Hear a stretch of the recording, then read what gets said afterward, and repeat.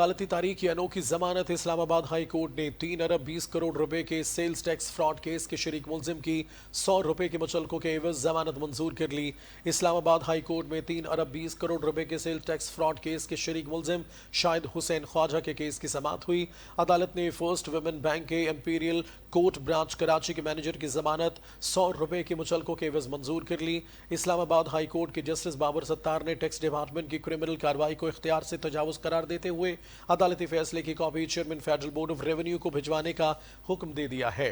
अदालत ने जस्ट्रेट का मुलजिम के रिमांड और मातहत अदालत की जमानत मुस्तरद करने के फैसले को भी बाइस शर्म करार देते हुए आइंदा कानून की खिलाफ वर्जी में कार्रवाई पर FBI और टैक्स ऑफिशियल्स के खिलाफ कार्रवाई का भी इंदिया दिया।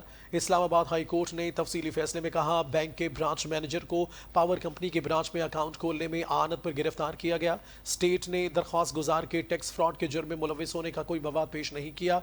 टैक्स डिपार्टमेंट ने कानून के मुताबिक टैक्स पेयर पर वाजिबुल अदा टैक्स का तयन ही नहीं किया। टैक्स डिपार्टमेंट ने दरख्वास्त गुजार को लाहौर हाई कोर्ट के फैसले की खिलाफ वर्जी में गिरफ्तार किया। इस्लामाबाद हाई कोर्ट के फैसले के मुताबिक ज्यादा टैक्स जमा करने की कोशिश में अथॉरिटीज और टैक्स हुकाम ने तय करदा कानून की खिलाफ वर्जी की।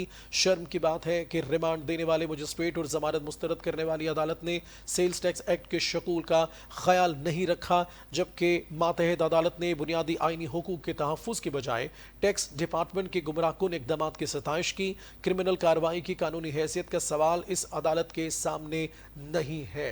अदालती तारीख की अनोखी जमानत। इस्लामाबाद हाई कोर्ट ने 3 अरब 20 करोड़ रुपए के सेल्स टैक्स फ्रॉड केस के शरीक मुलजिम की 100 रुपए के मुचलकों के एवज जमानत मंजूर कर ली।